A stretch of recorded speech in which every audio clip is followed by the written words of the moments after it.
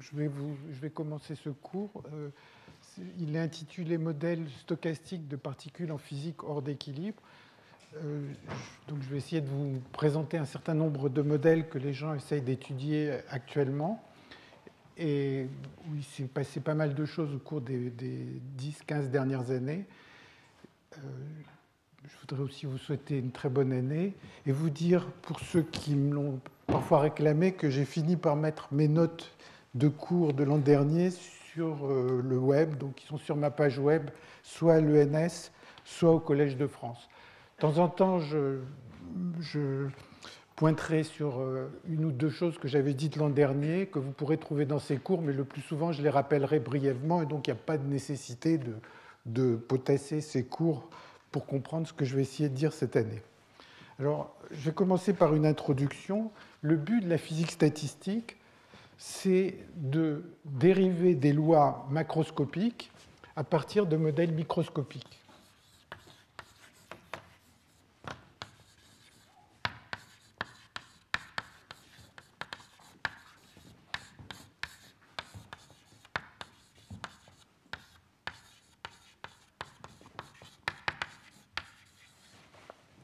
Alors, l'exemple peut-être le plus standard, c'est de partir d'un système d'atomes en interaction ou de molécules en interaction pour décrire un fluide. Et donc, on part avec un Hamiltonien qui est de la forme une partie énergie cinétique plus une partie d'énergie potentielle entre les positions des particules, éventuellement un terme de confinement qui va représenter les forces qui sont exercées par une boîte dans laquelle se trouve le fluide, de partir de ça pour essayer de déduire des équations de l'hydrodynamique pour des champs qui vont être continus. Vous voyez qu'au départ, on part de quelque chose de discret et on veut arriver à des équations d'évolution pour une densité, par exemple, de particules autour d'un point R, la vitesse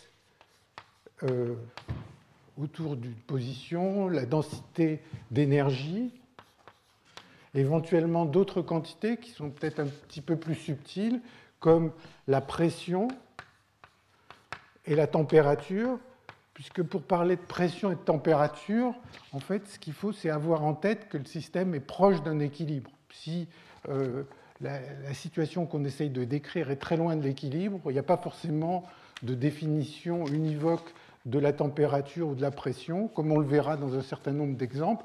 Même assez souvent, on verra, c'est un sujet qui a pas mal intéressé les gens, que la définition même de pression pose problème quand on est dans des situations hors d'équilibre. Alors ça, c'est un début recherché, et en fait, si on veut aller un peu plus loin, c'est de non seulement essayer de déterminer ces lois macroscopiques déterministes, comme par exemple les équations de Navier-Stokes, mais éventuellement de pouvoir décrire la façon dont ces champs fluctuent autour de ces équations déterministes. Donc on a envie de comprendre aussi les fluctuations autour de ces lois macroscopiques déterministes. Alors en fait, ce programme, a priori, c'est vraiment un problème qui appartient à la physique, mais on peut se le poser dans bien d'autres contextes, en dehors de la physique. Par exemple, on peut essayer de comprendre des mouvements de foule. Quand vous avez une population qui est en train de se déplacer, le trafic routier, des courants d'opinion, par exemple, ou bien ce qui intéresse beaucoup les gens actuellement, c'est ce qu'on appelle la matière active.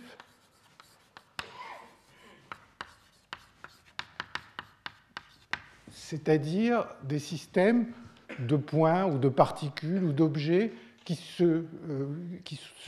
sont autopropulsés. Donc, bon, par exemple, le trafic routier, c'est un cas. Les voitures n'avancent non pas sous l'effet des forces d'interaction avec les autres voitures, mais simplement parce qu'on a mis de l'essence dedans.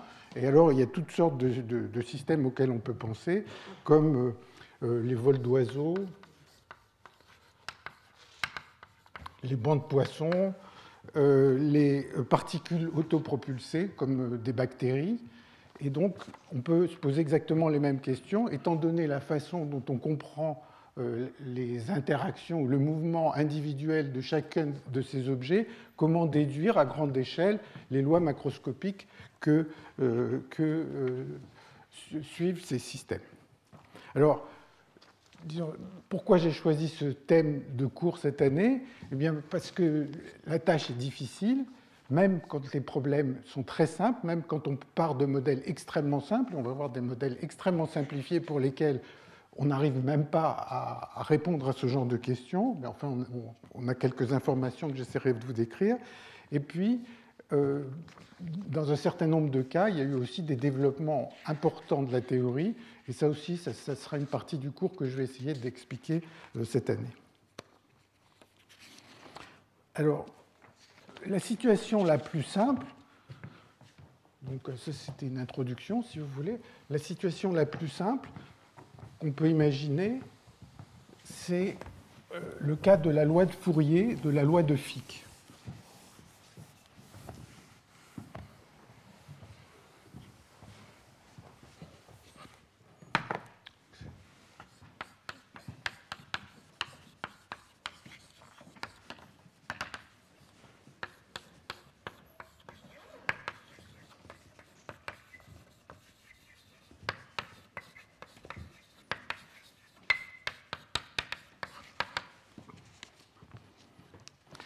Alors, la situation de la loi de Fourier est la suivante. C'est une des situations dans lesquelles on peut observer la loi de Fourier, c'est d'imaginer que vous avez un système en contact avec deux thermostats à des températures différentes, éventuellement légèrement différentes, et il va y avoir un certain courant d'énergie, J, entre ces deux thermostats, et la loi de Fourier dit que le courant va être de la forme une fonction des deux températures divisée par L, pour L grand.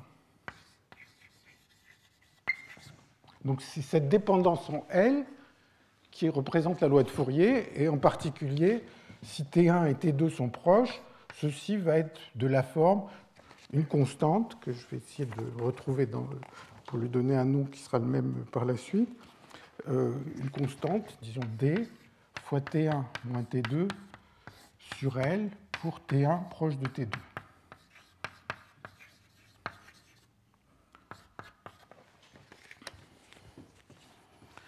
Alors, donc, la situation où on a un système qui est en contact avec deux thermostats à des températures fixes, en fait, c'est la situation hors d'équilibre la plus simple que l'on puisse imaginer. C'est pour ça qu'il y a tant d'efforts qui sont faits là-dessus. Et donc, aussi surprenant que ça puisse paraître, le nombre d'articles actuellement sur la loi de Fourier est assez grand. Enfin, il y a des dizaines, pour ne pas dire des centaines d'articles sur la loi de Fourier actuellement, bien que cette loi date de Joseph Fourier, qui date du début du XIXe siècle. Donc, les dates que j'ai trouvées un peu partout, c'est 1822, où Joseph Fourier a publié sa théorie analytique de la chaleur.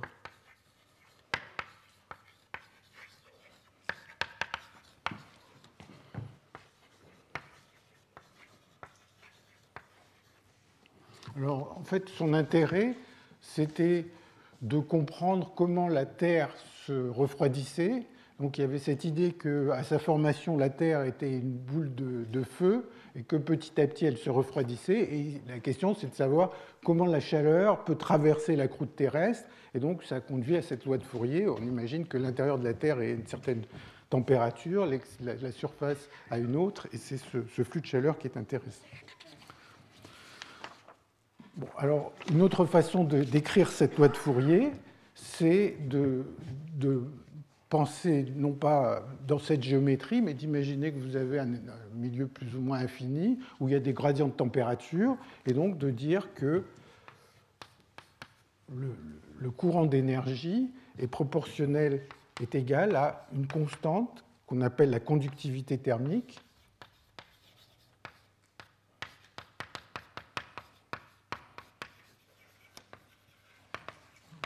fois le gradient de la température.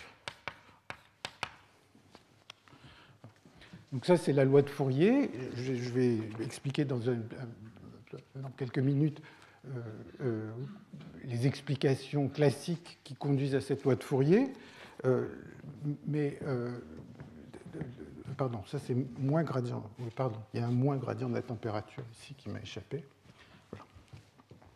Bon, et donc, un des buts, c'est de se dire, une des questions les plus simples qu'on puisse se poser, c'est de se dire, on imagine que notre système est formé d'un gaz, dont j'ai écrit tout à l'heure l'hamiltonien, et maintenant, étant donné cet hamiltonien, étant donné l'énergie d'interaction entre particules, est-ce que c'est possible de trouver cette conductivité thermique, simplement en suivant la dynamique du système?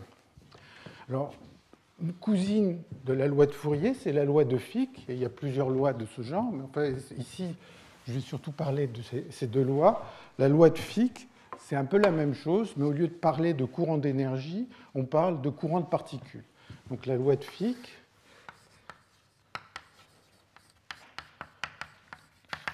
qui doit dater des années aussi du milieu du XIXe siècle,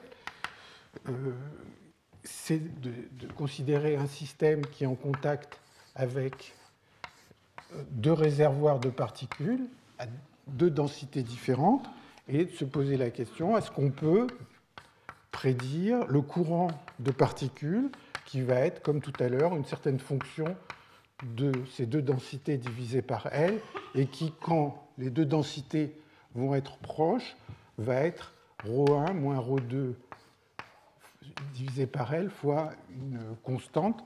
Donc ça, c'est quand ça sera un faible gradient et qui peut s'écrire un peu comme tout à l'heure, comme un courant qui est égal à moins une conductivité ou une constante de diffusion fois un gradient de la densité. Donc voilà deux lois qui sont très anciennes et la question c'est est-ce que si on part de modèles très simples, est-ce qu'on peut y aboutir? Alors juste pour ceux qui ne connaissent pas bien ces thèmes, la loi de Fourier et la loi de Fick aboutissent à des équations de diffusion. Si, je vais le dire par exemple dans le cadre de la loi de Fick, si on rajoute à la loi de Fick une loi de conservation, donc la loi de conservation du nombre de particules,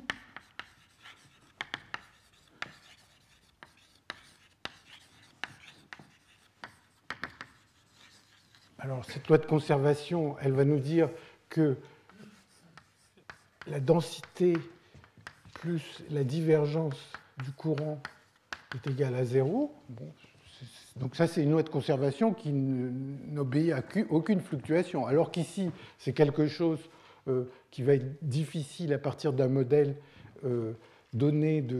Ça va être difficile de déterminer ce D.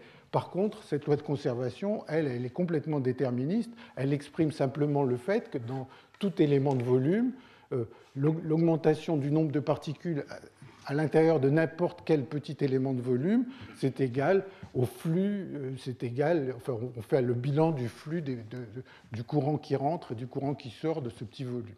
Donc ça, cette loi de conservation est toujours vérifiée. Et si on prend la loi de Fick et qu'on la met avec cette loi de conservation, on arrive à l'équation de la diffusion, d ρ sur dt égale d laplacien de ρ, qui est l'équation de la chaleur ou l'équation de la diffusion, qui est bien connue. Bon.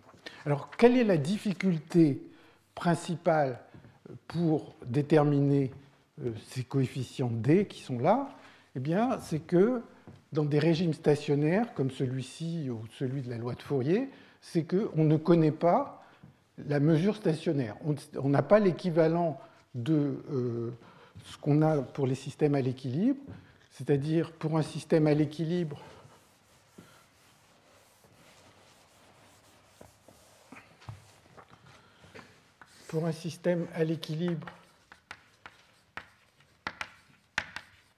si on imagine que l'évolution est suffisamment chaotique pour atteindre un équilibre comme ceux décrits par les ensembles statistique utilisée en physique statistique, on sait que la probabilité d'observer une configuration est donnée par, si on était à une température constante, proportionnelle au poids de Boltzmann, l'énergie de la configuration divisée par kT. Ici, on est hors d'équilibre. Et donc, la difficulté première, c'est que le P de C n'est pas connu. Alors, en fait, il y a un certain nombre de choses qu'on peut dire malgré tout. Il existe, comme on le verra sans doute la prochaine fois, des méthodes variationnelles pour déterminer ce P de C quand on est proche de l'équilibre. Cette méthode variationnelle, ça va aboutir à ce qu'on appelle un principe de production minimum de l'entropie. Enfin, je montrerai ça un peu plus en détail la prochaine fois. Principe de production minimum de l'entropie, qui permet de dire des choses quand on est proche de l'équilibre. Donc ce principe, ce sera quand on est proche de l'équilibre, mais pas à l'équilibre, et permet de éventuellement essayer de déterminer les constantes qui apparaissent dans la loi de Fourier. Alors l'idée habituelle pour essayer de comprendre ces phénomènes, c'est d'imaginer que le système est dans un équilibre local.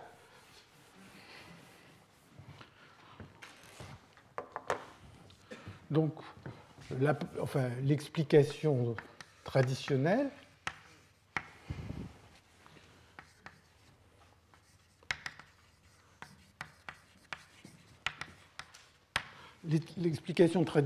c'est d'imaginer que si vous avez un système qui est en contact avec deux thermostats à des températures, disons, proches,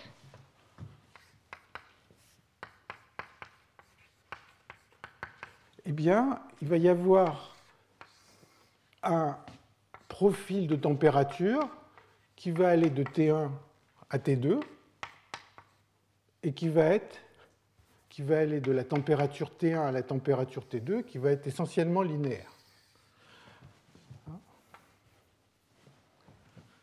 Donc, l'explication traditionnelle, c'est d'imaginer un profil linéaire de température. Mais en fait, le simple fait de dire ces mots, ça présuppose que localement, eh bien, le système est proche de l'équilibre. C'est-à-dire qu'on peut définir une température autour d'une position x, disons, une position petit l, qui va entre 0 et grand L. Donc c'est une image de dire qu'on aura une température TL qui serait de la forme L moins petit l fois T1 plus L fois T2 divisé par grand L, qui ressemble à ça. Et ça présuppose que le système arrive à établir une espèce d'équilibre local autour d'une position L pour qu'on puisse définir une température. Et ce qu'on va voir, c'est que le plus souvent, eh bien, quand les systèmes sont à basse dimension, cette image est fausse. C'est-à-dire le profil de densité il ne sera pas linéaire, même si la différence de température est très petite. Bon, alors, pour expliquer cette loi de Fourier, la première chose qu'on peut faire, c'est, comme tout le monde, c'est de regarder dans le web, sur le web. Et sur le web, il y a différentes explications, mais en fait, on trouve assez vite qu'il est dit qu'elle ne peut pas se déduire des premiers principes. Donc, la loi de Fourier, on n'a pas de bonne explication.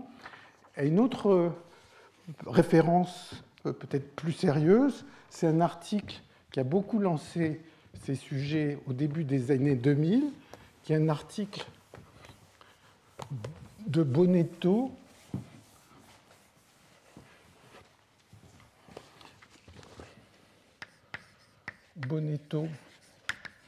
Leibowitz et Ray Bellet, qui date de de l'année 2000 et qui s'intitule Fourier Law, A Challenge for Theorists.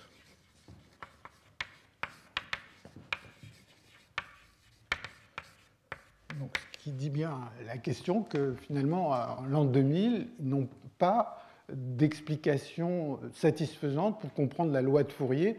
Alors, c'est surtout des gens qui sont plutôt orientés du point de vue mathématique, mais une compréhension mathématiquement satisfaisante de la loi de Fourier n'est pas présente. Et donc, pour appuyer leur message, ils font une liste de modèles, ils aboutissent à un modèle dont je vais parler dans une minute, et ce qu'ils disent, c'est que pour ce modèle qui leur paraît le plus simple à considérer pour essayer d'établir la loi de Fourier, ils promettent une bouteille de très bon vin à qui arrivera à résoudre ce problème. Alors, quelle est la difficulté ? Bien,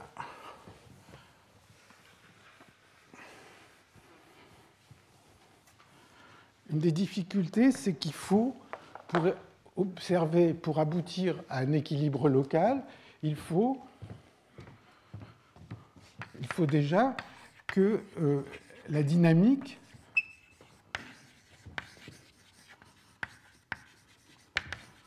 soit suffisamment chaotique.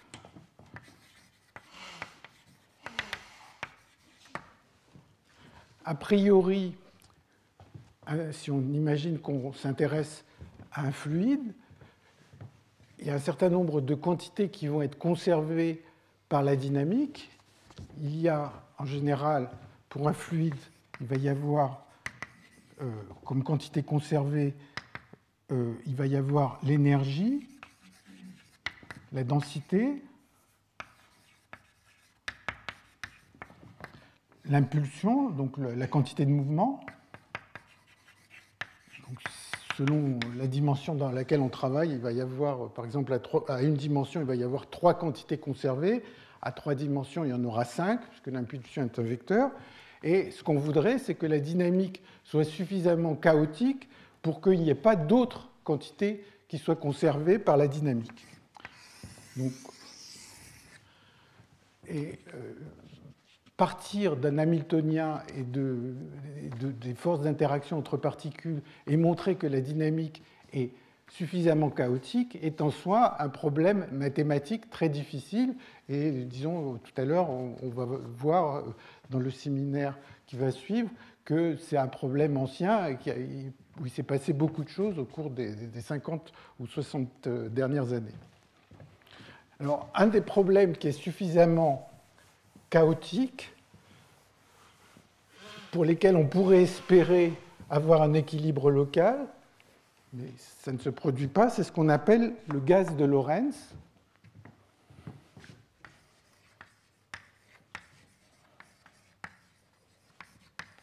Et le gaz de Lorentz, c'est simplement des particules qui ne se voient pas, mais en présence d'obstacles, par exemple d'obstacles qui sont disposés au hasard. Il y a la version aussi où les obstacles sont disposés de manière suffisamment, qui pourrait être régulière aussi, mais en fait, imaginez que vous avez des particules qui arrivent sur ces obstacles, et donc elles arrivent, elles font des collisions, et ces collisions leur font que la particule se met à diffuser.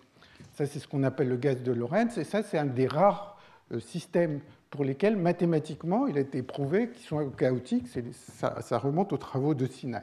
Mais comme vous le voyez, enfin, comme je crois que c'est assez évident, si vous prenez ce gaz de Lorentz, il y a d'autres quantités qui vont être conservées. Par exemple, le module de la vitesse. À chaque fois que la particule est réfléchie, sa vitesse, l'amplitude de sa vitesse est conservée. Donc ça veut dire que si vous envoyez des particules avec une certaine distribution à l'entrée, ben, ça ne va pas du tout s'équilibrer à l'intérieur. Vous allez conserver toute la distribution de vitesse, au moins pour l'amplitude, à l'intérieur. Alors le modèle pour lequel ces auteurs ont promis la bouteille de vin, c'est un problème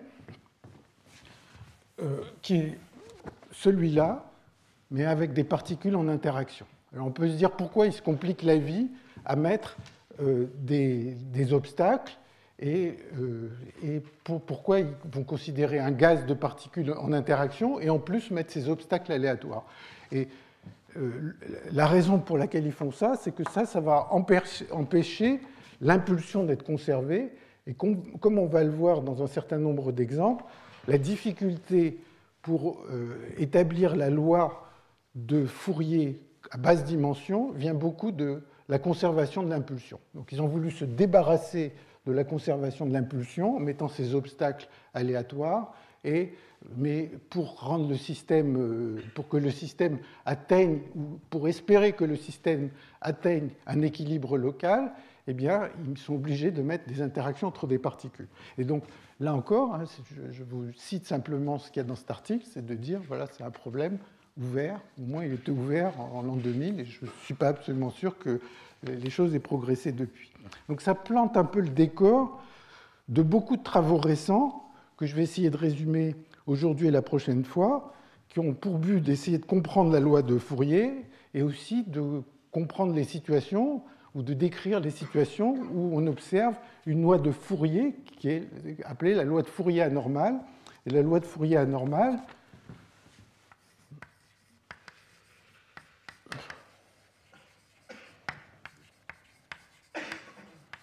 bien, elle peut se formuler de manière très simple.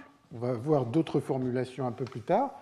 C'est imaginer que vous avez un système en contact avec ces deux thermostats et avec une distance L, donc un système de longueur L, eh bien, le courant d'énergie, au lieu d'être en T1 moins T2 sur L, pour T1 moins T2 petit,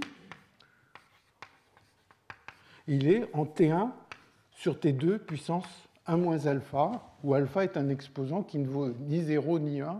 C'est dans ce cas-là qu'on parle de loi de Fourier anormale. Donc dans le cas où alpha égale 0, c'est la loi de Fourier normale.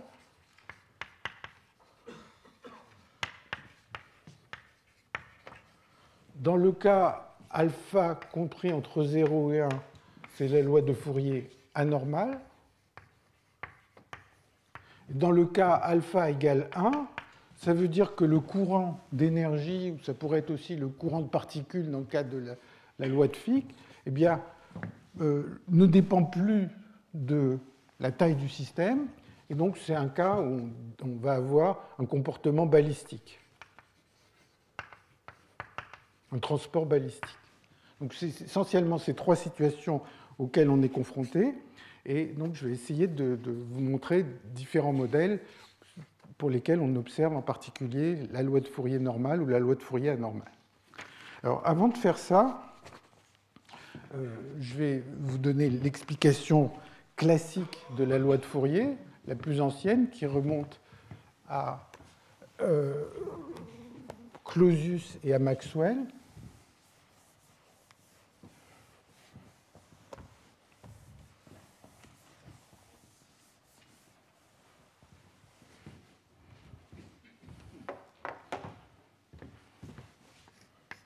L'explication la plus ancienne.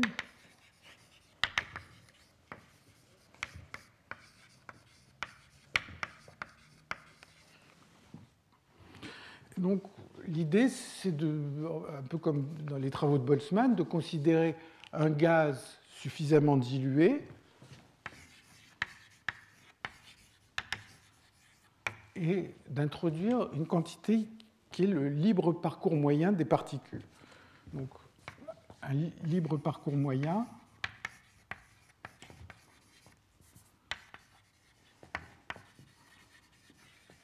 lambda des particules.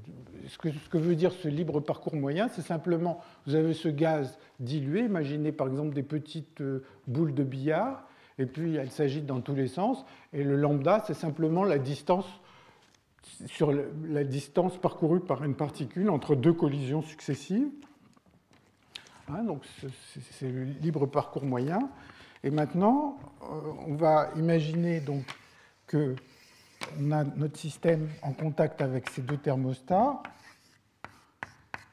on imagine, comme je l'ai dit tout à l'heure, ce qui est loin d'être évident, qu'il y a une certaine température autour du point X. Supposer qu'il y a une température autour de la position X, ça veut dire que le système est en équilibre local, sinon on risque d'avoir différentes définitions de la température qui ne vont pas toutes coïncider, puisque s'il n'y a pas d'équilibre local, on peut par exemple décider que la température va être donnée par l'énergie cinétique moyenne, mais comme si le système n'est pas à l'équilibre, l'énergie cinétique, il n'y aura pas une distribution de Boltzmann des vitesses. Donc si on calcule par exemple le carré de la moyenne du carré de l'énergie cinétique, on ne va pas trouver la même définition de la température que si on prend simplement la moyenne de l'énergie cinétique. Donc on peut avoir 1000 définitions de la température qui ne vont pas coïncider. Donc ça, c'est si on n'atteint pas d'équilibre local. Mais si on a un équilibre local, on imagine qu'il y a une certaine température autour du point X. Et l'idée, c'est de dire, voilà, le courant est donné par la densité de particules. C'est une espèce de bilance disant qu'est-ce qui va passer comme énergie à travers une section ici. Eh bien, essentiellement, l'idée, de toute façon, c'est une idée un peu qualitative, parce que si on veut la mettre de manière précise, on tombe sur des difficultés, comme je vais essayer de le dire. Les particules qui sont à gauche, elles sont un petit peu plus chaudes. Imaginons que T1 est plus grand que T2. Donc les particules qui sont à gauche sont un peu plus chaudes.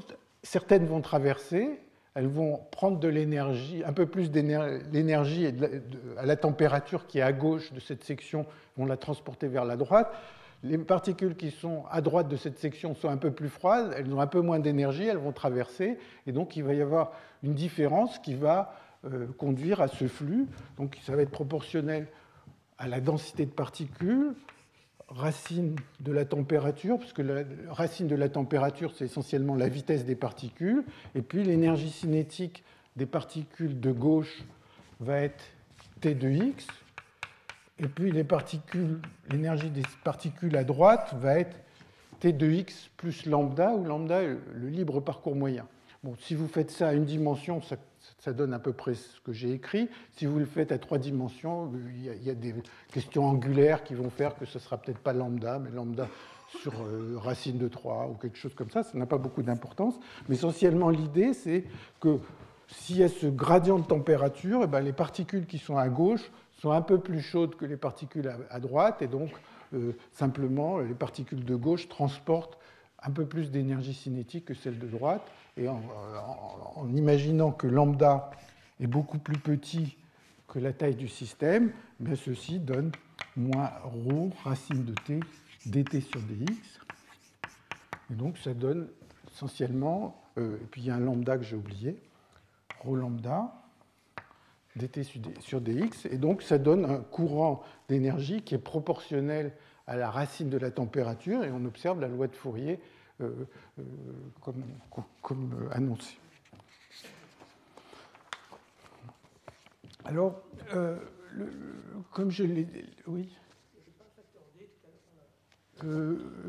Ici, étant donné que la loi de Fourier est anormale, il y aura sans doute un coefficient ici, mais je ne sais pas, ça serait peut-être mieux de ne pas l'appeler D, parce que ça ne sera pas une constante de diffusion, puisque là, le courant ne sera plus le gradient, puisque c'est T1 moins T2 sur L à une certaine puissance, ce ne sera plus un gradient.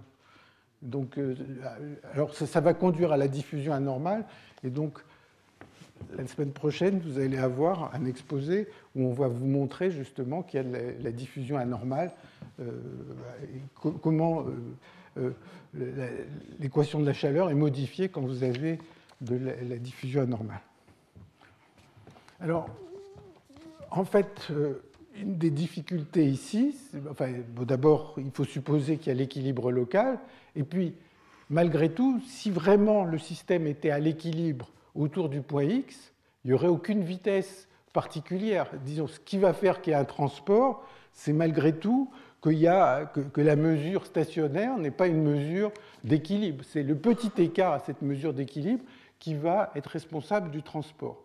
Et donc, une des difficultés, c'est, comme je le disais tout à l'heure, pour décrire la loi de Fourier, c'est de connaître la mesure stationnaire modifié par cette petite différence de température ou un petit champ électrique qu'on peut mettre ou un petit champ qu'on peut mettre dans le système. Bon. Donc, alors, il y a une autre façon de mesurer la constante de diffusion ou d'essayer de comprendre la loi de Fourier, c'est de prendre d'autres géométries.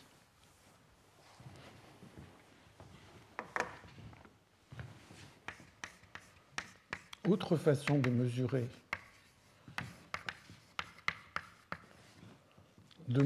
la conductivité thermique,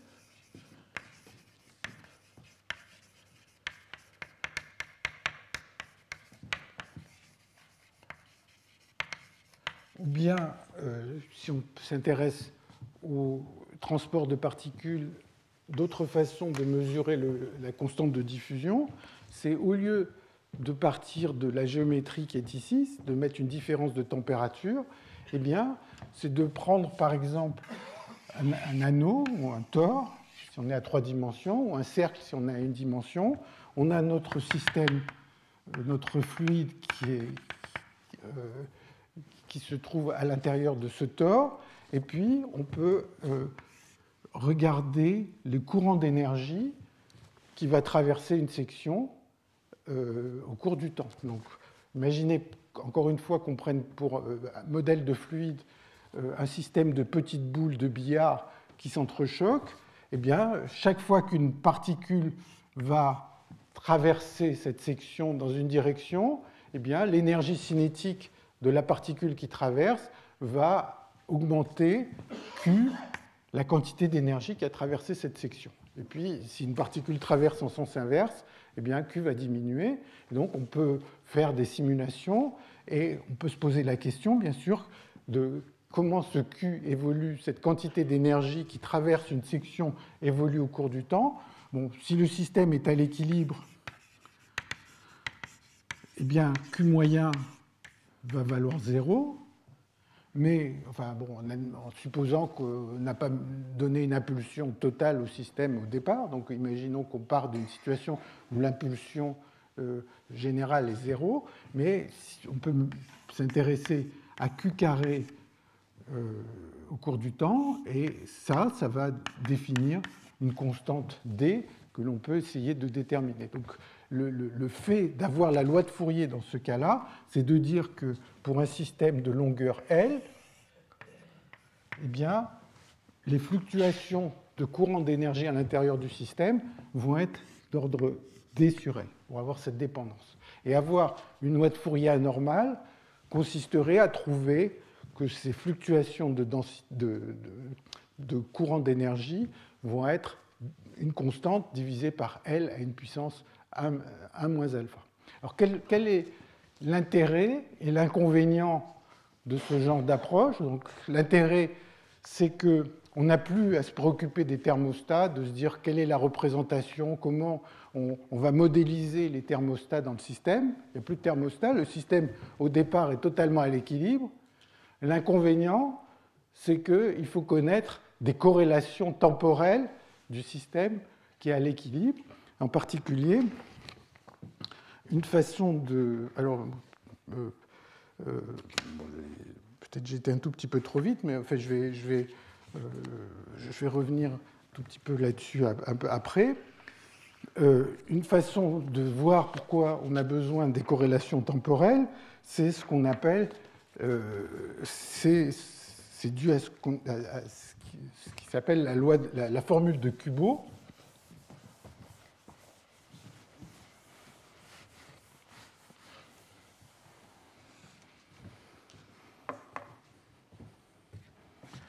La formule de Kubo,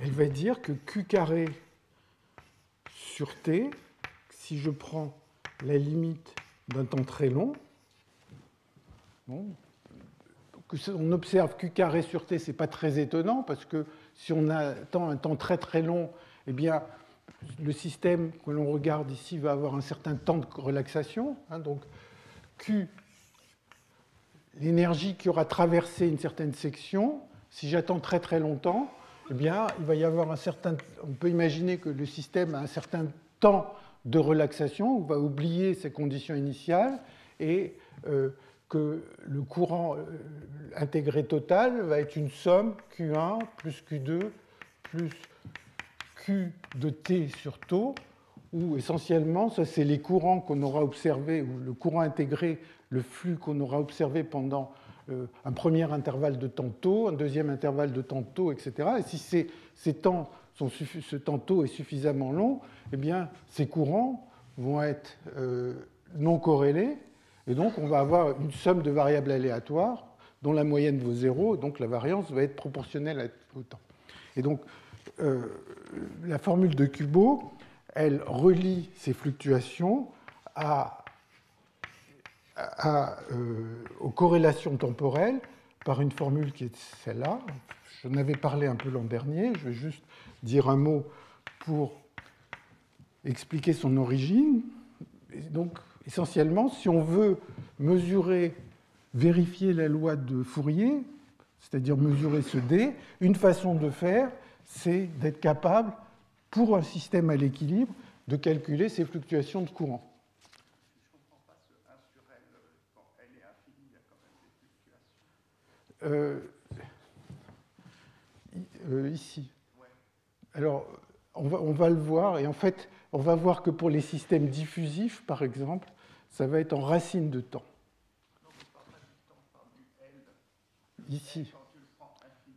Ben, oui, non, mais quand tu prends infini, en fait, si tu travailles sur une ligne infinie, j'en parlerai plus tard, mais si tu travailles sur une chaîne, sur un truc infini, et que tu as un système qui vérifie la loi de Fourier, donc bien gentil, eh bien, le Q carré, au cours du temps, il est en racine de t. Donc, mais ça, c'est pour plus tard. Maintenant, je suis sûr que tu seras capable de faire le calcul toi-même, pendant que je dis des choses que tu dois connaître depuis longtemps. C'est que si tu prends l'exemple le plus simple, qui est de considérer que l'énergie est transportée par des particules qui sont juste des marcheurs aléatoires, tu vas considérer, donc à l'équilibre, tu vas avoir une densité constante de particules, tu vas calculer Q carré, qui est un calcul facile, et tu vas trouver racine de t.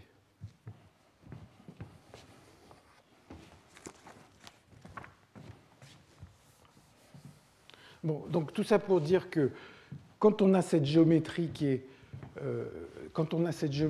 finie, il va y avoir une somme de variables aléatoires, donc le Q carré va être en T, hein, puisque c'est juste comme une marche aléatoire, et ça va être lié aux fluctuations de courant, à cette intégrale qui est donc la formule de Kubo. Alors juste pour ceux qui ne sont pas trop familiers avec ça, je le dis en quelques phrases, c'est que Q, c'est évidemment l'intégrale du courant. Q carré, ça va être une double intégrale, J de T', J de T seconde.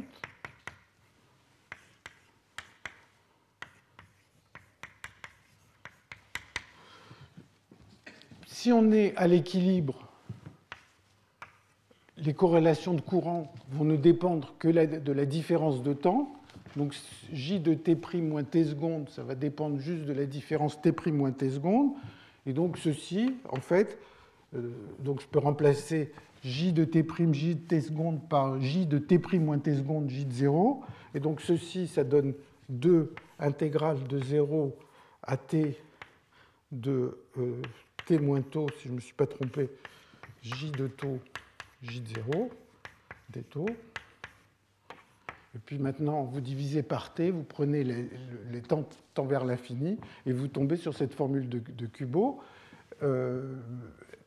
Encore faut-il, bien sûr, dans cette histoire, que l'intégrale converge. Et donc, on va justement tomber sur des questions où l'intégrale ne converge pas. On va y arriver dans pas longtemps. Alors, une autre... donc, si vous prenez cette situation, vous êtes à l'équilibre et vous pouvez essayer de mesurer ce D sur L, ou ce D, enfin, ce rapport en utilisant cette formule de Kubo.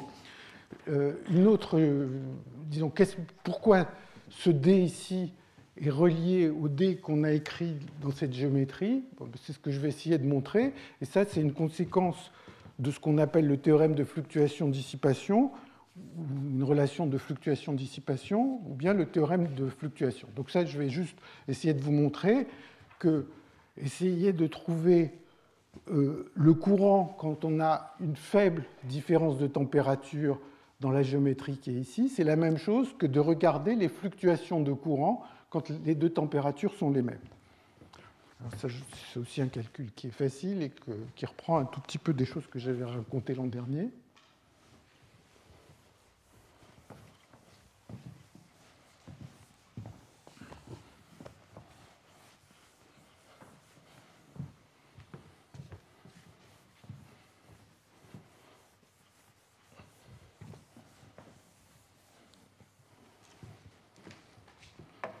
Donc, ce que je vais essayer de vous montrer, c'est qu'il y a deux situations.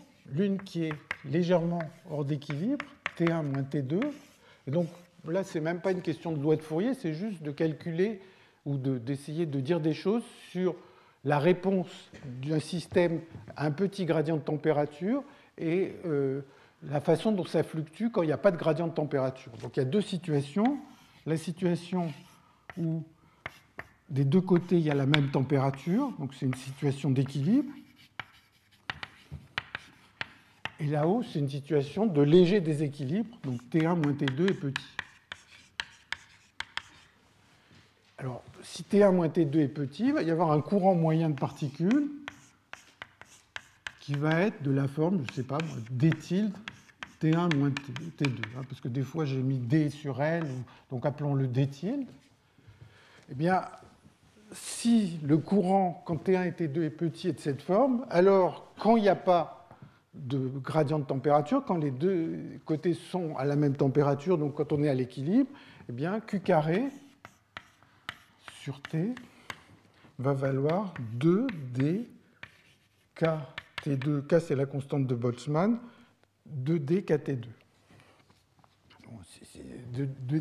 2D D tilde. Bon, ici, si on est dans une situation où il y a la loi de Fourier, le D tilde, il sera de la forme D sur L. Il aura cette dépendance en L par rapport à la taille du système. Mais ce que je veux dire ici, c'est de mesurer ce D ou mesurer celui-là, une situation à l'équilibre, l'autre légèrement hors d'équilibre, ça revient à mesurer la même chose. Alors,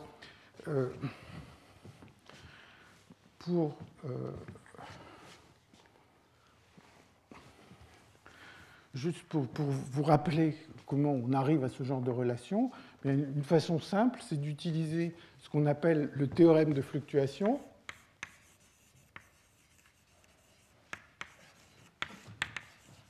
Qu'on avait vu dans le cours de l'an dernier. Donc je vous rappelle simplement ce qu'il établit. Il dit que si je regarde un système pendant très longtemps et que je mesure la fonction génératrice du flux d'énergie au cours d'un temps très long, eh bien ceci va augmenter en e puissance t fois un mu de lambda pour les temps longs. Et le théorème de fluctuation, il nous dit que mu de lambda égale mu de moins lambda moins 1 sur kt2 plus 1 sur kt1. Donc en fait, c'est une relation, une symétrie qui ne dépend pas du tout de la nature du système. Ça peut être un fluide, un solide, tout ce qu'on veut, ça ne dépend pas. Bon, il y a quelques hypothèses pour y arriver, comme par exemple le fait que l'énergie ne peut pas s'accumuler indéfiniment à l'intérieur du système. Il y a quelques hypothèses, mais sous réserve de ces hypothèses, on a toujours ces relations. Alors vous voyez que avec cette définition de mu de lambda, donc ça c'est la fonction génératrice de Q, eh bien Q, le courant moyen sur T, c'est égal à mu prime de 0. Les fluctuations du courant, c'est égal à mu seconde de 0. Ça c'est juste une conséquence de cette fonction génératrice. Et maintenant, si vous regardez cette relation pour lambda petit, donc vous faites un développement quand lambda est petit et quand T1 moins T2 est petit, vous avez, disons, supposons que je veuille calculer le courant, ben, le courant moyen, ça va être mu' de 0 est égal à mu' de ben, lambda vaut 0, pardon, c'est égal à moins mu' de moins 1 sur kT2 plus 1 sur kT1. Et ceci, vous voyez que si la différence de température est petite, c'est égal à moins mu' de 0 plus mu seconde de 0, 1 sur kT2 moins 1 sur kT1. Hein, vous pourriez continuer. Et donc vous voyez que, juste si je arrête mon développement ici, ça me relie mu' de 0, qui est le courant moyen, et mu seconde de 0, qui est les fluctuations du courant. Et donc, en faisant ce petit calcul, vous arrivez à cette relation qui vous dit que vous pouvez mesurer le flux d'énergie pour un petit gradient, soit en mettant le petit gradient, soit en regardant un système à l'équilibre. Alors, peut-être, je voudrais faire une remarque, parce que toutes ces choses, en fait, si on prend des modèles très simples, sont faciles à simuler, et il y a un petit danger que je voudrais soulever. Je le soulevais parce qu'on y a passé du temps pour se rendre compte qu'il y avait quelque chose d'assez simple. Alors, on peut se dire, je voudrais regarder un système à l'équilibre, c'est plus facile puisqu'on a, enfin ici il y aurait des bords, mais un système à l'équilibre comme celui qui est sur le cercle ici. Donc j'ai mon gaz qui se trouve à l'intérieur de ce tore ou de cet anneau. Et je voudrais m'intéresser aux fluctuations de courant. Donc là, on a vu que si c'est à l'équilibre, on s'attend à ce que Q moyen vaille 0, mais peut-être Q carré moyen sur T, je voudrais le mesurer. Et puis, puisqu'on y est, pourquoi ne pas essayer de dire des choses sur la distribution de ce courant? Q4, par exemple, on peut se dire que tous les moments impairs vont être 0, mais par exemple, on veut se poser la question de regarder le quatrième cumulant du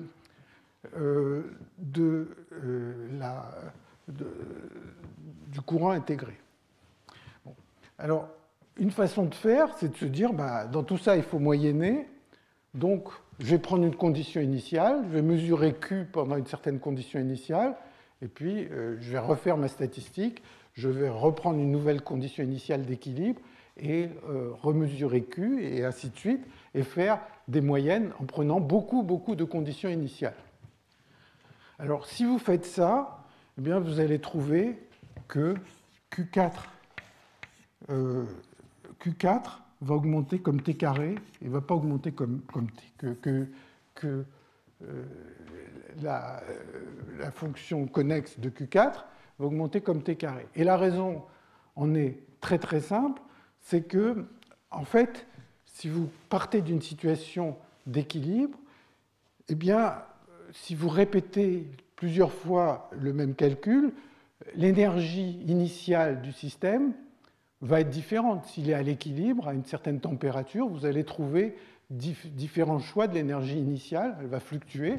Et donc le simple fait que l'énergie initiale fluctue va faire qu'il y a une quantité, que ça va être une nouvelle quantité conservée par la dynamique, et donc ça va faire que les fluctuations vont être plus grandes. Alors peut-être je ne vais pas rentrer dans le détail de ce calcul, qui n'a pas beaucoup d'intérêt, c'est juste pour vous dire que c'est une difficulté. Si on moyenne sur la condition initiale, en choisissant différentes conditions initiales qui n'ont pas, par exemple, toute la même énergie, eh bien, on ne va pas du tout être capable de bien décrire les fluctuations de courant. Ce qu'il faut faire, c'est prendre une seule condition initiale et faire une simulation qui va durer très longtemps, et après prendre des fenêtres pour mesurer Q2 ou Q4. Et donc, en faisant ça, on arrive à avoir des bonnes statistiques pour ces fluctuations. C'est juste une remarque, mais qui nous avait pris un peu de temps avant qu'on se rende compte que c'était ça l'origine de nos difficultés. Alors, dans ce que je vais raconter aujourd'hui, enfin, la fin de cette séance et la séance prochaine, c'est le type de modèle que les gens regardent, Et essentiellement, il y a trois types de modèles pour décrire, pour essayer de comprendre cette loi de Fourier. Donc il y a les modèles de gaz,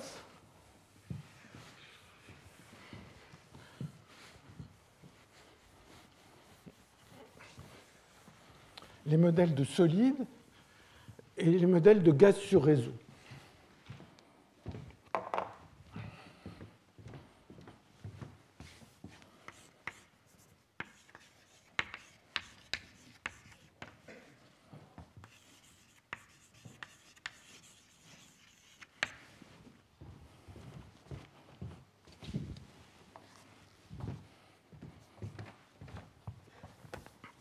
Alors, le modèle de gaz ou de fluide, si vous avez un système, et à l'intérieur, vous avez des particules avec qui sont décrites par un Hamiltonien comme celui que j'ai écrit au début. Donc, c'est un gaz ou un fluide. Et une façon de faire, c'est de mettre des thermostats à gauche et à droite, à des températures différentes. On va voir, je vais vous rappeler comment on peut le faire. C'est le premier type de modèle. Le deuxième, c'est de prendre un solide. Alors, ce qui intéresse, ce qui fait coller énormément d'encre, c'est les solides isolants. Donc, c'est essentiellement des atomes qui interagissent par des forces à peu près élastiques entre eux. Et puis ce solide va vibrer. Et d'une certaine manière, on excite ces vibrations à gauche avec ce thermostat, on les excite à droite avec un autre thermostat, il va y avoir un flux de particules au cours du temps. Et essentiellement, la raison pour laquelle ces sujets intéressent beaucoup les gens, c'est que dans tous ces cas, en basse dimension, donc quand la dimension est égale à 1 et égale à 2, eh bien, on observe une loi de Fourier anormale.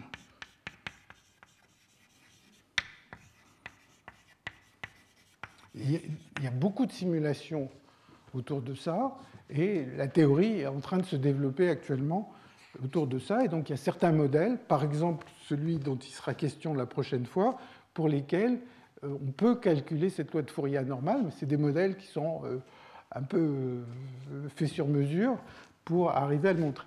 Et puis, il y a le troisième type de système, dont je parlerai plus en détail parce que la théorie est beaucoup plus développée, qui est les gaz sur réseau, des particules qui se déplacent sur un réseau.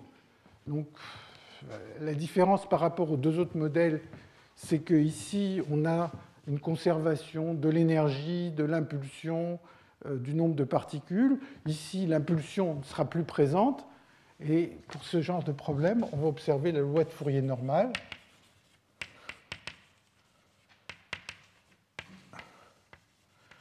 Et il y a toute une théorie qui a été développée depuis une quinzaine d'années, qui s'appelle la théorie macroscopique des fluctuations, dont je vais parler à partir du 3e ou 4e cours, qui va vous permettre de calculer des quantités qui jouent le rôle d'énergie libre dans des systèmes hors d'équilibre, ou qui va permettre de comprendre toutes les fluctuations de courant à l'intérieur de ce type de système.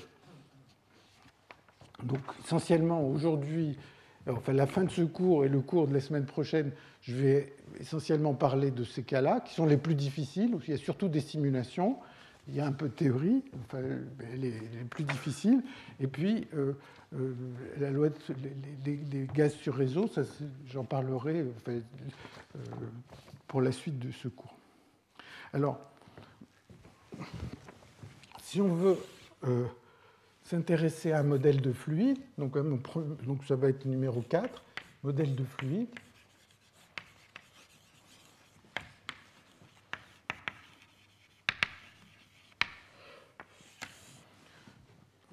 C'est l'énergie que j'ai écrite tout à l'heure. Vous avez une énergie, un Hamiltonien. Donc ici, c'est de la physique classique. Somme de pi carré sur 2m, plus somme de U de QI moins QJ, plus le potentiel extérieur. Et puis, ces particules sont dans une boîte. Et ce que vous voulez, c'est savoir comment introduire ces thermostats qui sont à droite et à gauche. Alors, comme on l'a vu l'année dernière, il y a plusieurs façons d'introduire les thermostats. Il y a des thermostats qui sont déterministes.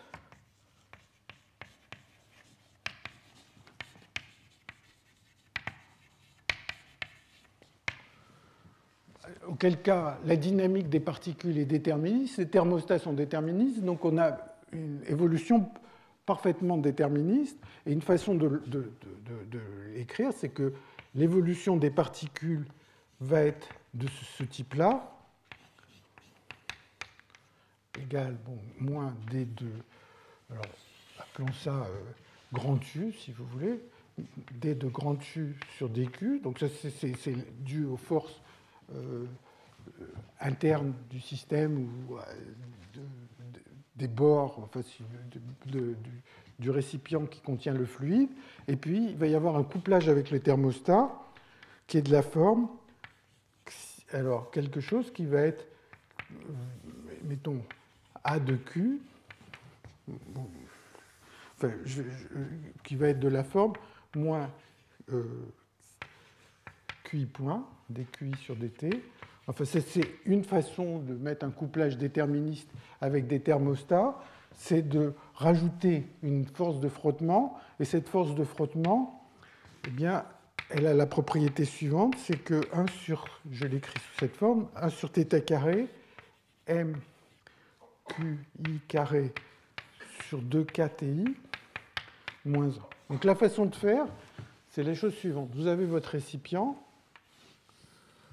puis là, vous dites à partir de certaines régions à gauche, on va coupler avec un thermostat à la température T1. Notre région à droite, on va coupler avec un thermostat à une température T2. Toutes les particules évoluent selon la dynamique hamiltonienne. Et puis celles qui arrivent dans cette région, on leur ajoute en plus une force de frottement qui a cette forme, essentiellement, qui a pour effet, c'est KT, c'est la constante de Boltzmann, qui a pour effet d'essayer de maintenir l'énergie cinétique des particules dans cette région autour de l'énergie cinétique qui serait à la température TI, T1 à gauche, T2 à droite. Donc, on rajoute une force de frottement déterministe, c'est ce qu'on appelle les thermostats de Nosé-Hoover. L'année dernière, on avait vu d'autres thermostats gaussiens, etc. Bon, alors, en fait, ce cas qui pourrait paraître le plus simple, parce qu'il n'y a rien d'aléatoire, en fait, dès qu'on met ces thermostats déterministes, la vie est beaucoup, beaucoup plus compliquée, parce que du point de vue mathématique, on va aboutir à une mesure stationnaire pour le système, qui va être une mesure du type SRB, qui est une mesure singulière. Enfin, ça demande, du point de vue mathématique, c'est assez compliqué, et ça rend, à ma connaissance, les calculs pratiquement inabordables pour faire un calcul, pour essayer d'estimer la loi de Fourier pour ce genre de système. Donc, le deuxième cas, donc, contrairement à ce qu'on pourrait penser, de mettre des thermostats stochastiques, ça rend les choses beaucoup plus simples. Donc, thermostat stochastique, il y a beaucoup de façons de le faire, mais par exemple, dans le cas d'un gaz, eh bien, ça consiste à dire, j'ai mon gaz ici, les particules évoluent selon la dynamique newtonienne, et quand une particule arrive, va taper sur le bord de gauche, elle va revenir avec, comme si elle avait été produite par une distribution de Boltzmann, une maxwellienne, à la température T1. Donc en fait, en pratique, ça veut dire que quand une particule arrive ici, je l'écris à une dimension, elle revient avec une nouvelle vitesse qui est tirée au hasard avec une loi qui est mv sur kt1 et puissance moins mv2 sur 2kt1. Donc ça, si on est à une dimension, et si on est à 3 dimensions, ça serait m carré vx, si je ne me trompe pas, sur 2pi kt1 carré, bon, peu importe le détail de ces formules, et puissance mv carré sur 2kt1 à 3D. Peu importe les formules, la seule chose, c'est une particule arrive, essentiellement, elle revient comme si on a équilibré son énergie cinétique à la température T1, et ici, de la même façon, on a équilibré sa température, sa vitesse avec la température T2. Alors, en fait, c'est une façon de faire, mais on se dit que pour des systèmes qui vont vérifier la loi de Fourier, la façon précise avec laquelle on réinjecte les particules n'a pas beaucoup d'importance. Disons, on pourrait imaginer de ne pas prendre des maxwelliennes, de prendre une distribution de vitesse plus ou moins quelconque à gauche. On verra un exemple tout à l'heure. Une distribution de vitesse plus ou moins quelconque à droite, et puis se dire que puisque le système s'équilibre, bon, bah, peut-être que localement ici, on va voir un petit écart par rapport à un équilibre local, mais dès qu'on va s'enfoncer, il y aura eu tellement de collisions et de chaos dans tout ça que dès qu'on s'éloignera un tout petit peu des bords, on va observer une température effective, un équilibre local. Donc en fait, hein, la façon précise dont on introduit ces thermostats, normalement, ne devrait pas influer. Bien sûr, quand on a une loi de Fourier anormale, là, ça peut jouer ça réserve des surprises. Alors, l'exemple, le premier modèle de fluide auquel on peut penser, eh bien, c'est le gaz parfait. Donc, on peut se dire, qu'est-ce qu'on obtient dans le cadre du gaz parfait? Et bien sûr, on ne va pas observer la loi de Fourier ou la loi de Fick.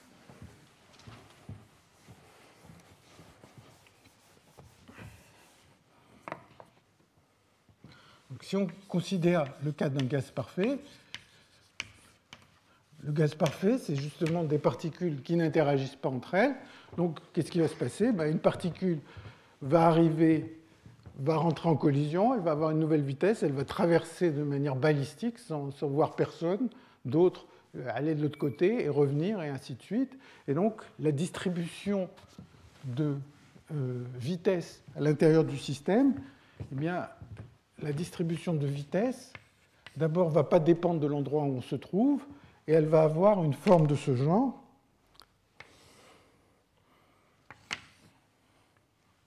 Alors, j'espère que je ne me trompe pas. Une maxwellienne à gauche, une autre maxwellienne à droite, une maxwellienne à droite, une maxwellienne à gauche. Ici, ça va être la maxwellienne à la température T1. Toutes les particules qui vont vers la droite, la dernière fois qu'elles auront vu un thermostat, il aura été à la température T1. Donc, elles vont être distribuées, elles vont avoir une distribution de vitesse à la température T1. À gauche, ça va être une maxwellienne à la température T2. Donc, vous voyez qu'il n'y a aucun équilibre local dans ce système.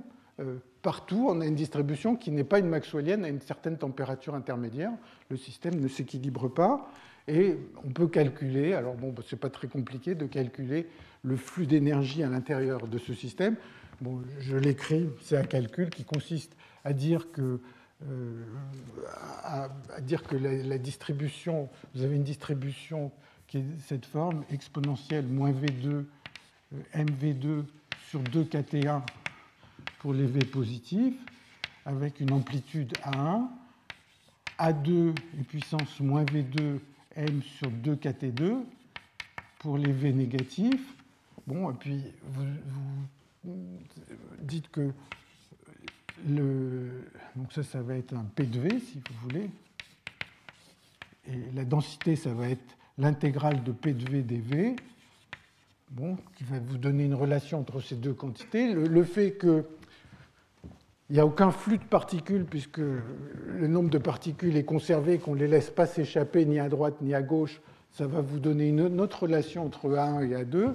Et bon, si vous terminez ce calcul, qui est élémentaire, vous trouvez que le courant d'énergie est égal à, bon, je l'ai fait avec Mathematica, racine de 2 πm, racine de T1, racine de T2, racine de T1, moins racine de T2. Donc pour T1 proche de T2, c'est linéaire en T1 moins T2, pas très surprenant, mais il n'y a aucune dépendance dans la taille du système. Mais c'est le cas où c'est un transport qui est balistique. Donc c'est le cas le plus facile. Et bien sûr, ça veut dire que le gaz parfait, il est très bien pour décrire des gaz dilués à l'équilibre, mais pour comprendre ses propriétés de transport, il n'est pas du tout adapté. Alors, l'étape suivante, c'est de dire on va prendre des interactions.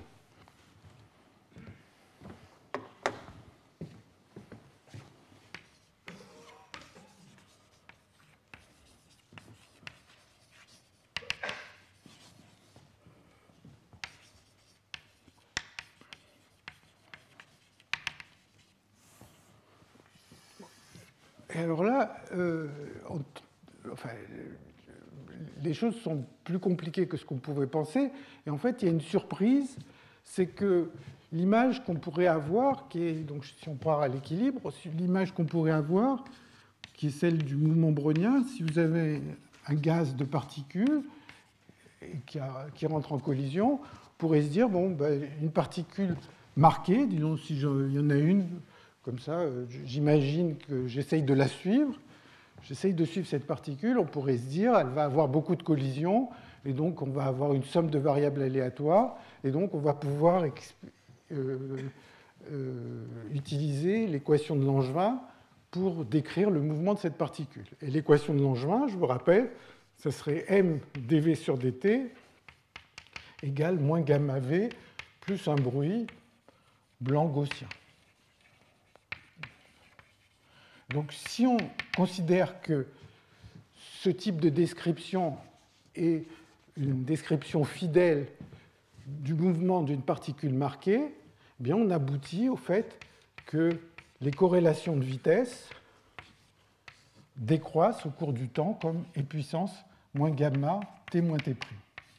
Donc les corrélations de vitesse décroissent exponentiellement, et donc de là on peut calculer par une formule de type Kubo la constante de diffusion de la particule qui est égale à 2 intégrale de 0 à l'infini de v de t, v de 0 dt, un peu comme tout à l'heure, j'avais montré que quand on a les fluctuations de courant sont reliées aux corrélations du courant à l'équilibre, eh bien, la constante de diffusion, c'est exactement la même chose. Vous allez dire que la position d'une particule, ici je prends le cas à une dimension, c'est l'intégrale sur le temps de vt' dt'. Si le système est à l'équilibre, la corrélation entre deux temps de vitesse entre deux temps ne dépend que de la différence des temps. Si ça décroît exponentiellement, vous intégrez, vous avez un nombre, et ça vous donne la constante de diffusion. Mais ça, malheureusement, ça n'est pas vrai.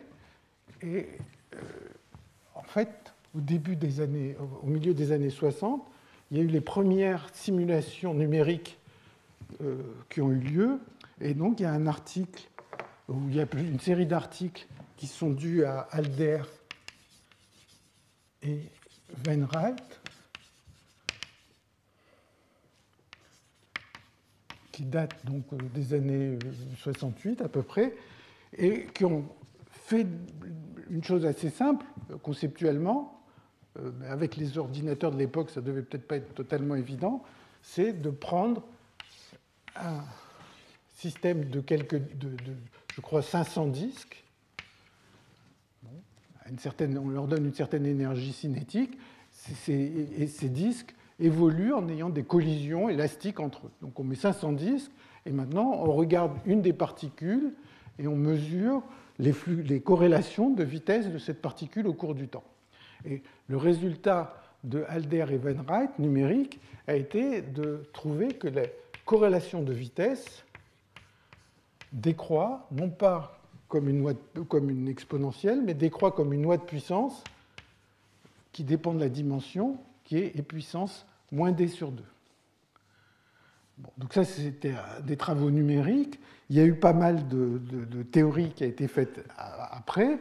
Évidemment, c'est un système en interaction, donc la théorie n'est pas évidente. Le plus souvent, il faut faire certaines approximations. Tout l'art, c'est de savoir faire les bonnes.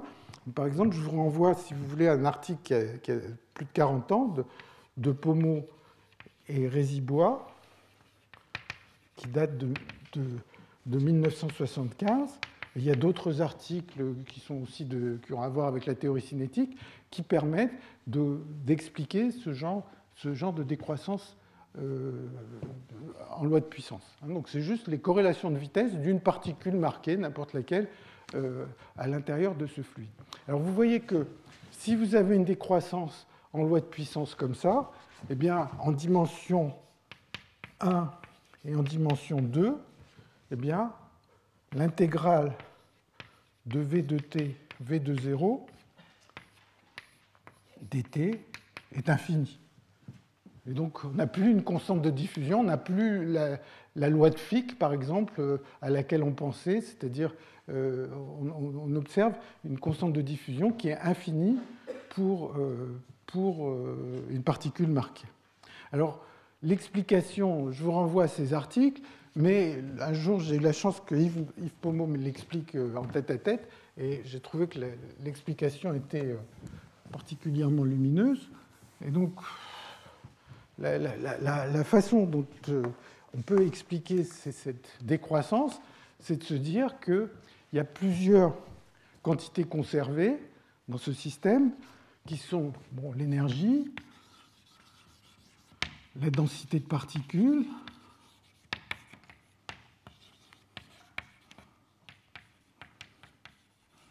et l'impulsion.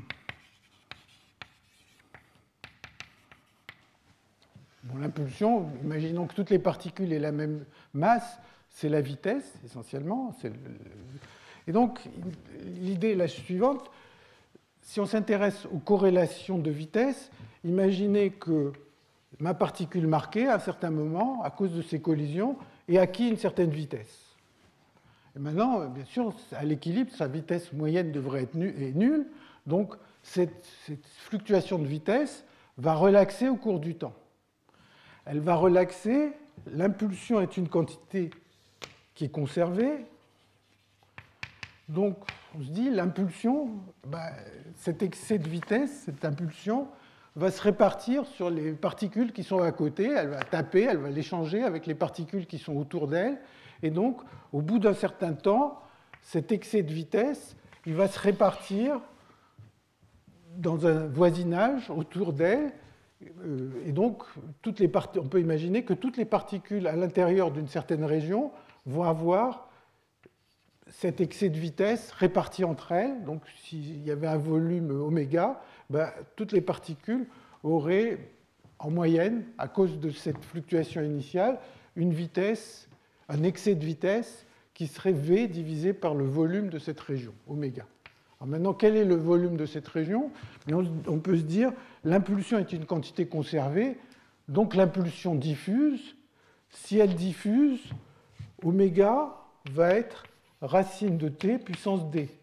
Quantité qui diffuse, elle va s'étendre sur des distances d'ordre racine de t, et puis, s'il y a des dimensions, ça va être racine de t puissance d. Par conséquent, la vitesse au bout d'un temps t, l'excès de vitesse qu'il y aura sur une particule, va être la vitesse initiale fois quelque chose. Bien sûr, tout ça fluctue, et tout ça, c'est avec les mains, c'est t puissance d sur 2. Et donc, voilà l'origine de cette décroissance, voilà l'explication avec les mains de cette décroissance en loi de puissance. Mais la présence de cette décroissance en loi de puissance est à l'origine de coefficients de diffusion qui vont être infinis, et donc c'est une des raisons pour lesquelles on observe ces lois anormales en dimension 1 et en dimension 2. Alors, qu'est-ce qui se passe quand on regarde des gaz? Donc le gaz parfait, je viens de vous dire, il n'y a pas de loi de Fourier. Les gaz réels, il va falloir faire très attention aux dimensions 1 et 2. Bon. Et donc, je vous rapporte un résultat de simulation numérique que l'on a fait il y a quelques années pour un gaz qui met en interaction et à une dimension.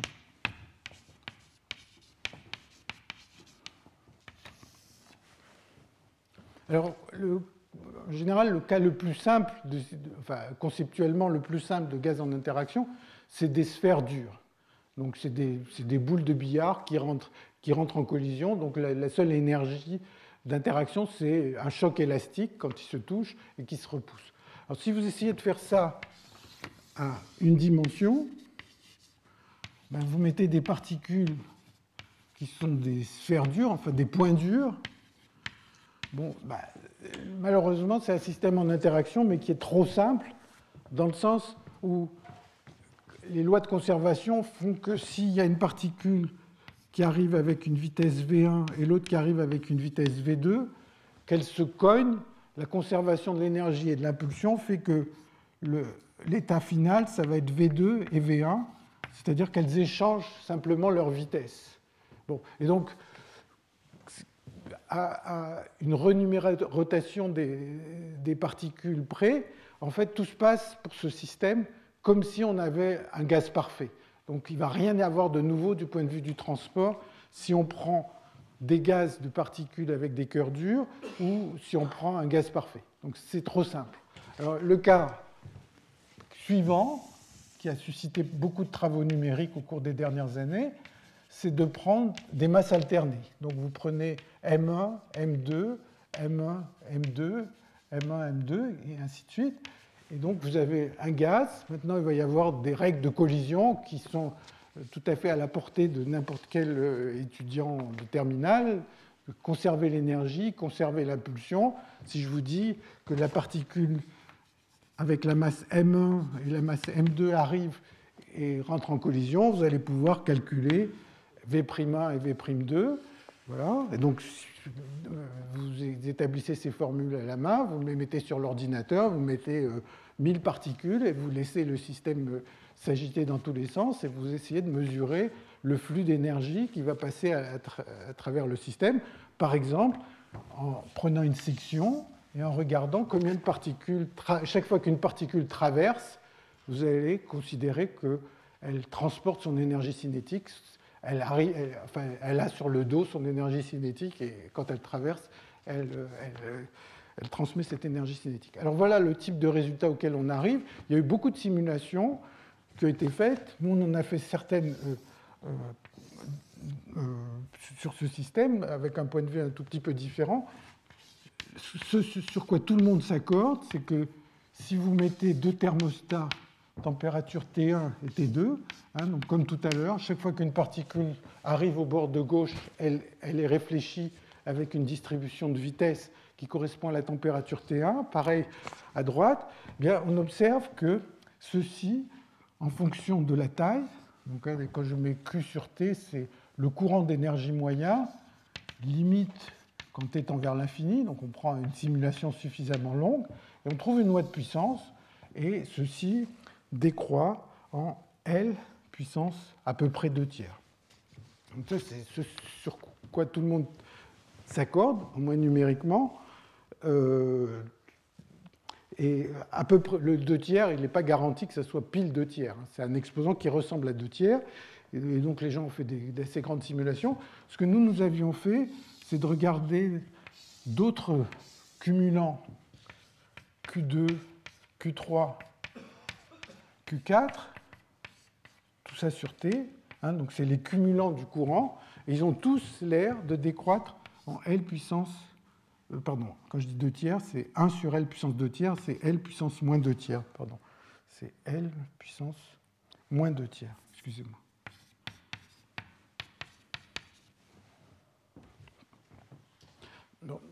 Alors, une chose, donc,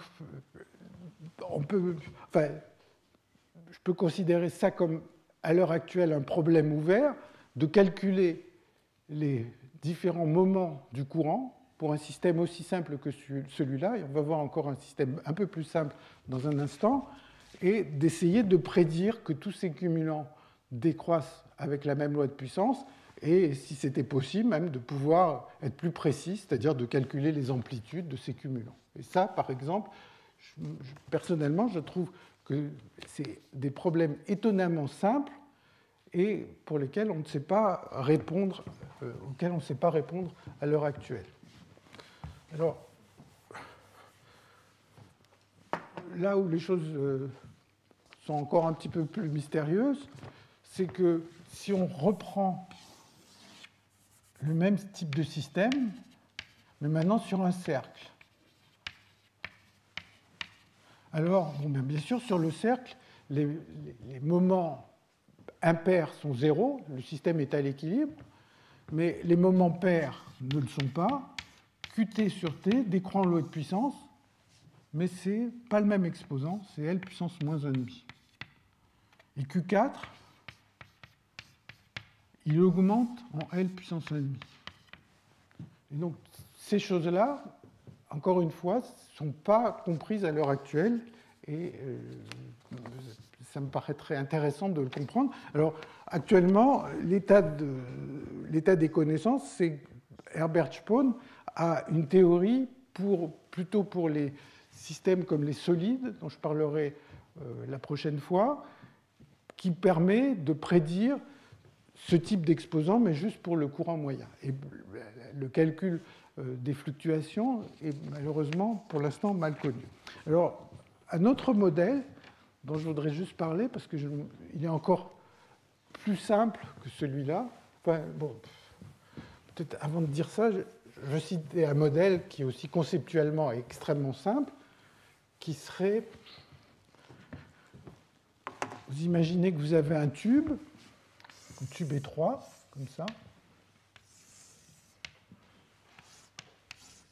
et dedans vous avez des boules, mais des boules suffisamment, dont le diamètre est plus grand que la moitié de la section du tube. Donc vous avez ces espèces de petites boules de billard, et puis ici vous mettez en contact avec un thermostat, et là avec un autre thermostat. Et vous pouvez vous poser la question, est-ce que ces petites boules de billard à l'intérieur de ce tube satisfont la loi de Fourier ou pas?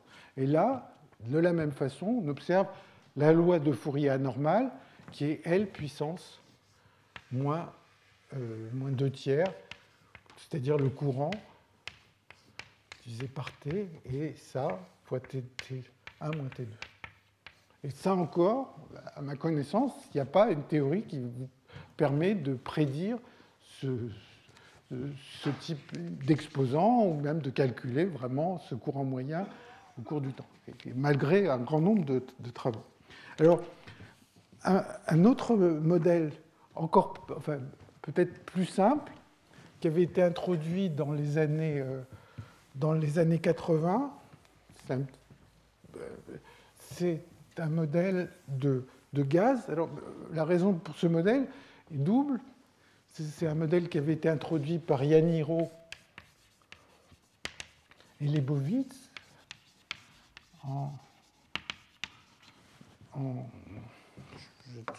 l'année. Bon, je n'ai pas noté l'année, mais c'est dans les années 85. Et une des raisons il y a une double raison de considérer ce modèle, c'est que il y a une croyance, où enfin, les gens pensent que la raison pour laquelle on observe cette loi de Fourier anormale, donc ces exposants qui ne sont pas 1, est due à la conservation de l'impulsion. Un peu pour la raison que j'ai avancée tout à l'heure, que j'ai rappelé, ces travaux de Alder et Wainwright. Alors, ici, c'est un modèle pour lequel l'impulsion ne va pas être conservée. Donc, a priori, on se dirait que la loi de Fourier va être normale, première chose. Et il a un autre avantage, c'est ce modèle, c'est que l'équation de Boltzmann peut se résoudre exactement. Alors, quel est le modèle? Il est très simple, c'est un gaz. Et maintenant, il y a des particules qui ont à un certain moment une certaine vitesse. Et il y a deux situations. Lors d'une collision, si on est dans une situation comme ça, après la collision, les particules ne se voient pas. Si V est positif. C'est-à-dire si les particules rentrent en collision et qu'elles ont des vitesses qui vont dans la même direction, elles s'ignorent.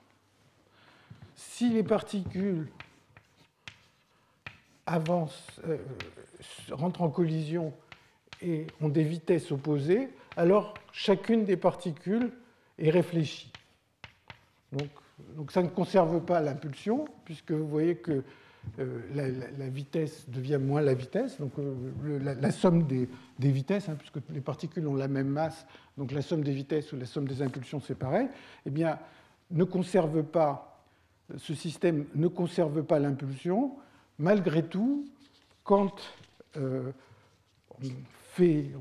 va mesurer le transport d'énergie, on va tomber exactement sur la même situation que précédemment, c'est-à-dire on observe une loi de Fourier anormale pour un système qui au départ a été introduit parce que l'équation de Boltzmann pouvait se résoudre exactement. Bon. l'impulsion n'est pas conservée, mais si vous réfléchissez, la valeur absolue de la vitesse est conservée. On a une autre loi de conservation. Et personnellement, je trouve ça assez étonnant que des systèmes aussi simples, on ne puisse pas arriver à les résoudre.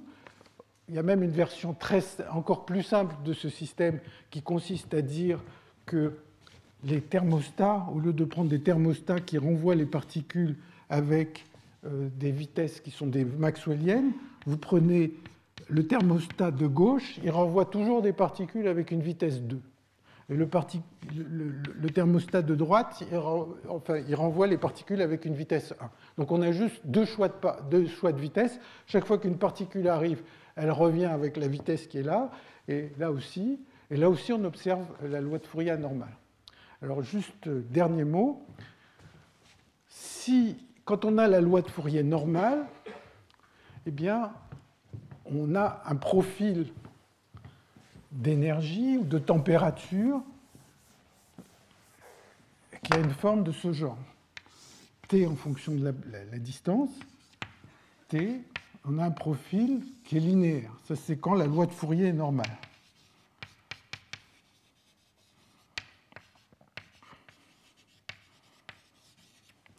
Dans le cas où elle est anormale, le plus souvent, ce qui s'observe pour ce modèle-là, pour les modèles de particules en interaction avec les deux masses, eh bien, on observe un profil de température ou un profil d'énergie qui a une forme toujours de ce genre, enfin qui ressemble à ce genre, qui n'est pas du tout linéaire, et même si T1 moins T2 est tout petit, on n'a pas une forme linéaire. Alors, dans un certain nombre de modèles, cette dépendance peut se comprendre. En fait, elle consiste à résoudre l'équation de diffusion avec un exposant non entier. Donc, ce qui généralise l'équation de diffusion, mais j'en parlerai un peu plus la prochaine fois.